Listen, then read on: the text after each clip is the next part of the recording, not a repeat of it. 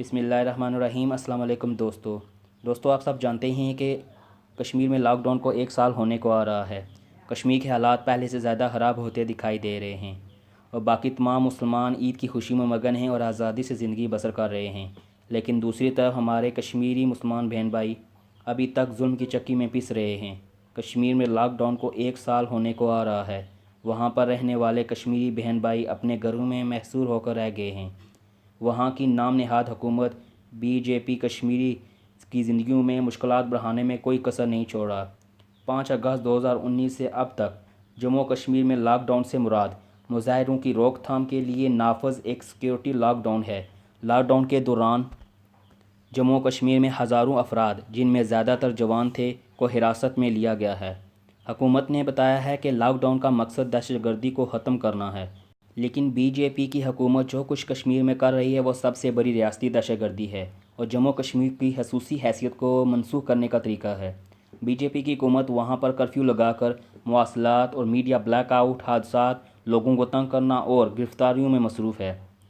مزید ویڈیو کو ڈسکس کرنے سے پہلے ویڈیو کو لائک کر دیں۔ اگر آپ میرے چینل پر نئے ہیں تو اس کو سبسکرائب کر دیں اور ساتھ لگے گھنٹی کے بٹن کو بھی پریس کر دیں تاکہ نیو ویڈیو کے نوٹیفیکیشن سب سے پہلے آپ کو مل سکیں۔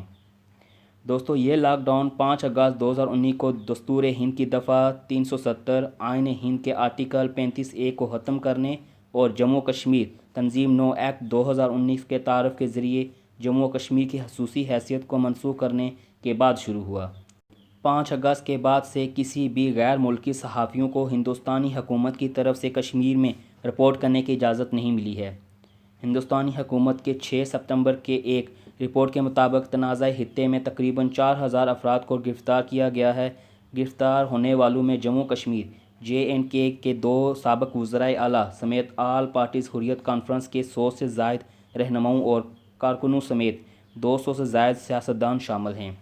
1 اکتوبر 2019 کو 3 ججوں کے بینچ نے، جس پر جسٹس NV رمنا، رامیا گیری، سبھاش ریڈی اور سپریم کورٹ آف انڈیا کے بھوشن رام کرشن گیائی پر مشتمل تھا، اس لاک ڈاؤن پر 7 درخواستوں کی سماعت کی۔ 3 اکتوبر 2019 کو کشمیر میں صحافیوں نے انٹرنیٹ، موبائل فون پر پابندی کو گگ کے طور پر بیان کرنے والے مواصلات کے خاتمے کے خلاف احتجاج اور دھرنا بھی دیا۔ 4 اکتوبر 2019 کو ہندوستانی حکومت نے امریکی سینیٹر کرس وین ہولن کی کشمیری سفیر کی درخواست کی تردید کی۔ دارین اثناء تعلیم کے ایک اصلاح پسند سندیپ پانڈے اور دیگر کارکنوں کو، جو غیر رسمی حقائق سے متعلق مشن پر تھے، کو بھی سری نگر کے ہوائی اڈے سے باہر جانے سے روک دیا گیا۔ اسی دن احتجاج کے دوران لوگوں نے پاکستان زندہ باد کے نعرے لگائے اور انہیں اس علاقے پر ہندوستانی قبضہ قرار دینے کے خاتمے کا مطالبہ کیا۔ وہاں کی حکومت اب تک کشمیریوں کی زندگیوں کو نارملائز کرنے میں ناکام نظر آ رہی ہے۔ وہاں کے لوگوں کے حقوق کو سلب کیا جا رہا ہے۔ ابھی تک وہاں پر انٹرنیٹ کی سروسز بند ہیں اور موبائل فون چلانے کی اجازت نہیں ہے۔ ان حالات کے تناظر میں سیاحت میں دوبارہ تعارفی، عوامی احتجاج اور مزاحمت کے ساتھ ساتھ انٹرنیٹ اور فون کے استعمال پر پابندیوں کے باوجود حکومت ہند نے کہا ہے کہ وہ کشمیریوں میں سیاحت کو دوبارہ متعارف کرانے اور اس خطے میں آنے والے غیر ملکیوں پر سفری پابندیوں کو ختم کرنے کا ارادہ رکھتی ہے۔ بھارت اور وہاں کی حکومت کے اس اقدام پر کشمیر میں موجود صورتحال کو دیکھتے ہوئے بہت سے ممالک کے ریئیکشن بھی آ رہے ہیں۔ تمام ممالک کے ریئیکشن صرف باتوں کی حد تک ہی ہیں، کوئی کام ہوتا دکھائی نہیں دے رہا۔ ایلیکس ویلز، جو کہ جنوبی اور وسطی ایشین امور کے معاون وزیر خارجہ ہیں، انہوں نے اپنے بیان میں کہا ہے کہ امریکہ کو امید ہے کہ تیزی سے کارروائی، پابندیوں کو ختم کرنے اور حراست میں لیے گئے افراد کی رہائی کو تیزی سے عملی جامہ پہنایا جائے۔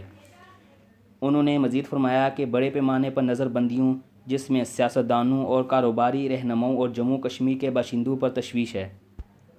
امریکی صدر ڈونلڈ ٹرمپ نے بھارت اور پاکستان کے مابین مسئلہ کشمیر کے ثالثی کے لیے رضاکارانہ طور پر رضامندی ظاہر کی ہے، لیکن دونوں ممالک ایک پیج پر بیٹھنے کے لیے رضامند ہی نہیں۔ کشمیر کا مسئلہ وہیں پر وہیں نظر آ رہا ہے۔ چین نے کہا ہے کہ دونوں ممالک کی لڑائی سے خطے میں اور کشمیر میں حالات کافی خراب ہو سکتے ہیں۔ چین نے مشورہ دیا ہے کہ دونوں ممالک بیٹھ کر اس مسئلے کا حل تلاش کریں۔ انہوں نے دونوں ممالک سے امن اور استحکام کے تحفظ کے لیے بات چیت کے ذریعے مسئلے کو طے کرنے پر زور دیا ہے۔ ترکی کے صدر طیب اردوان نے کہا ہے کہ کشمیر کی خود مختاری کے خاتمے سے کشمیریوں کی صورتحال میں مزید خرابی ہو سکتی ہے۔ مزید انہوں نے کہا ہے کہ مسئلہ کشمیر ترکی کے لیے اتنا ہی اہم ہے جتنا پاکستان کے لیے ہے۔ اقوام متحدہ کے اظہار رائے کے بارے میں خصوصی نمائندے ڈیوڈ کے نے ایک بیان میں کہا ہے کہ اس شٹ ڈاؤن کے بارے میں کچھ ایسی بات ہے جو اس طرح سخت ہے کہ دوسرے بند عام طور پر نہیں ہوتے ہیں۔ انتھونیو گیٹرکس نے کشمیر پر رکھی گئی نئی پابندیوں پر تشویش کا اظہار کیا۔ انہوں نے مزید کہا ہے کہ تازہ ترین واقعات خطے میں انسانی حقوق کی صورتحال کو بڑھاوا دے سکتے ہیں۔ اقوام متحدہ کے اندر اور جنرل اسمبلی کے اندر بھی کشمیریوں کے حقوق کے بارے میں تو بات کی جاتی ہے، لیکن کشمیریوں کے حق میں کوئی کام ہوتا نہیں دکھائی دے رہا۔ اقوام متحدہ بھی آنکھیں بند کر کے بیٹھا ہوا ہے اور کشمیریوں پر جو ظلم ہو رہا ہے وہ بھی اس سے بالکل انجان بنا بیٹھا ہے۔ لاک ڈاؤن کو 1 سال ہونے کو آ رہا ہے۔ کشمیریوں کے حالات بد سے بدتر ہوتے جا رہے ہیں۔ ہم اللہ تعالیٰ سے دعا کرتے ہیں کہ کشمیریوں کے لیے غیبی امداد فرما اور ان کو اس ظلم سے نجات دے، آمین۔ ویڈیو پسند آئے تو اس ویڈیو کو لائک کر دیں۔ اگر آپ میرے چینل پر نئے ہیں تو اس کو سبسکرائب کر دیں۔ اللہ ہم سب کا حامی و ناصر ہو۔